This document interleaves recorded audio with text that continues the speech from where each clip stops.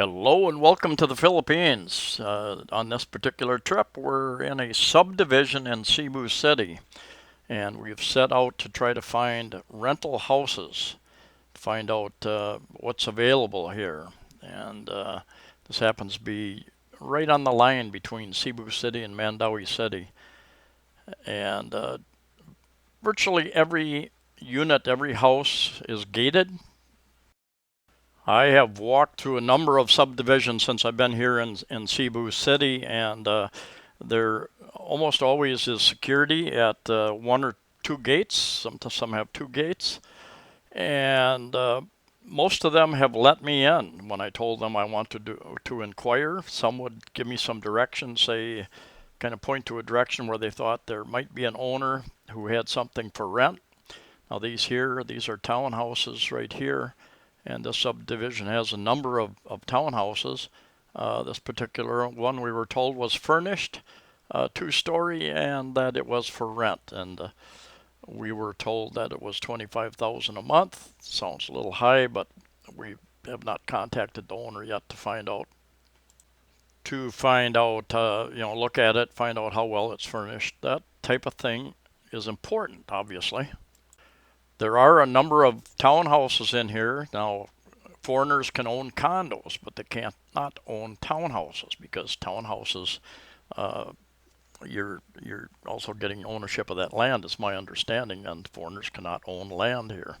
Looks like a really nice house there on a corner. The last time I walked through this subdivision less than a year ago, there were quite a few signs up, maybe 6 or 7, that I saw around the different blocks for rent, house for rent. And this time we really didn't, I think we only saw one really.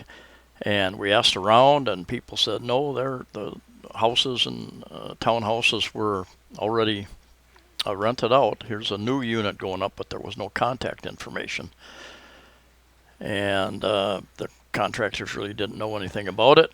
We did find a couple ladies that directed us down to a Sari Sari store down near the entrance, and we did talk to him, and he had the keys to the place above him, and I'm going to show you around that. You tell me what it would be worth to you to rent. This house is unfurnished, and it's on the second level. Really quite large of an area up there.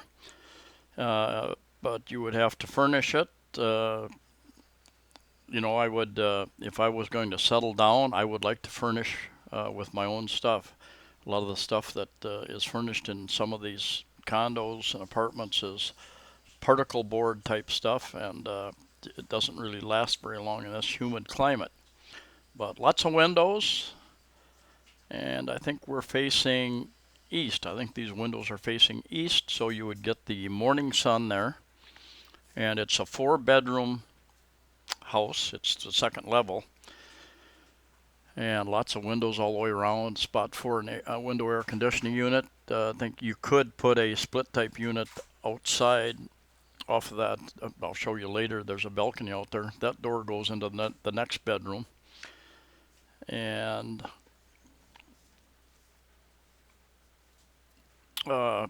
interesting place. If you wanted to buy your furniture and set up here, it has this second bedroom here has some outlets, which was nice. I think that fan up there is to take the cold air from the air conditioning room over there and blow it into this room. I think this is kind of little.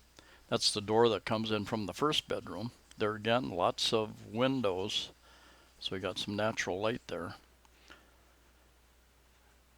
And CR, one CR. So if you have a big family, you're going to fight for the CR.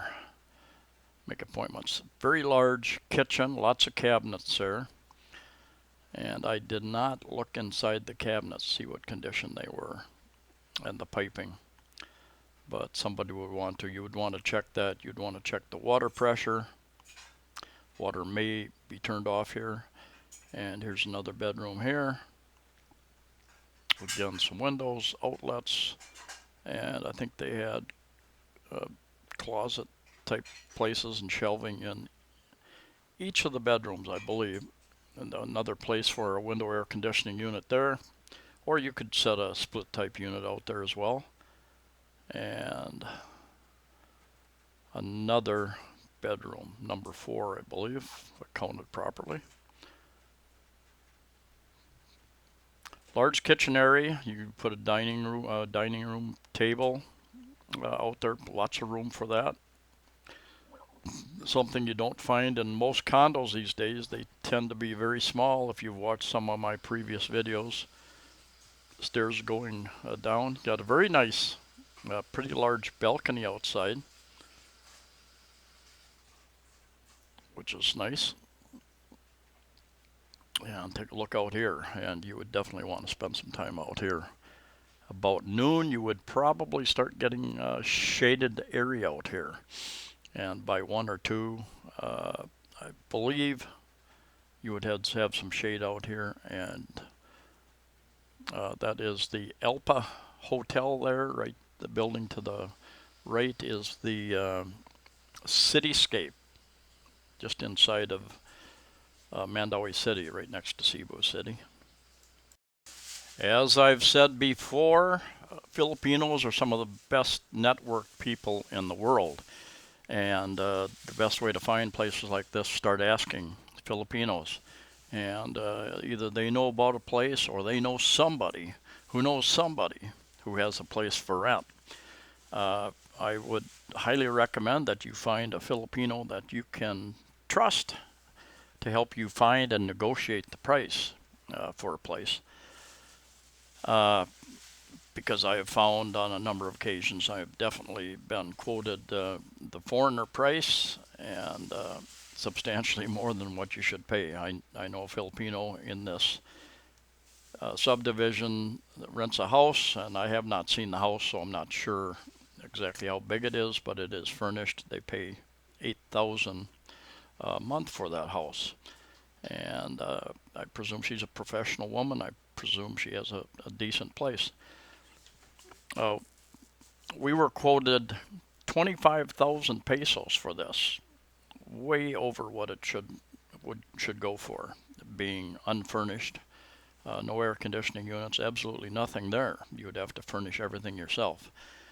There again, I think I tried to kind of stay out of sight until my friend got some pricing, but I think I didn't do a very good job. I think he was aware that there was a foreigner involved, and the price went up accordingly, I believe.